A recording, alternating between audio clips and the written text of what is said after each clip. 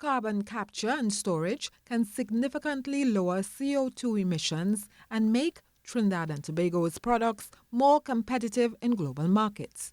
That's the word from University of Trinidad and Tobago's Professor Donnie Boodlal as he addressed the launch of the Strengthening Carbon Capture Storage and Reporting Frameworks and Mechanisms launch. What I would like to suggest is, given that CBAM, for instance, is now about to be upon us, predicated upon all the carbon markets that are not working so well, perhaps.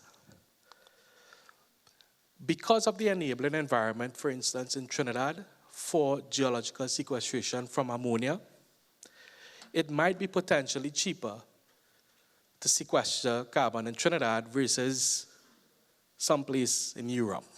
CBAM refers to the European Union's Carbon Border Adjustment Mechanism.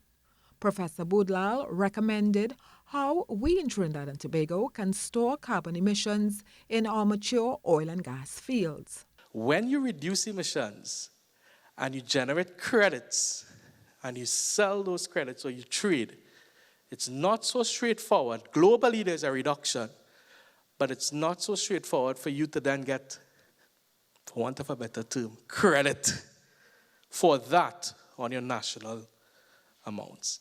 Meanwhile, climate change specialists at the Environmental Policy Planning Division at the Ministry of Planning, Economic Affairs and Development, Aditi Bisram Singh, gave an update on a law for the reporting by large emitters of greenhouse gases in Trinidad and Tobago. Which is the legislation that was going to make reporting mandatory rather than voluntary right now. So when I last checked, we did draft the legislation. It was submitted to our then minister at that time. We had to recall it to make some amendments and changes to the legislation. And we do plan to resubmit again to the new minister, who should be able to take it forward to cabinet and have the necessary approvals in place.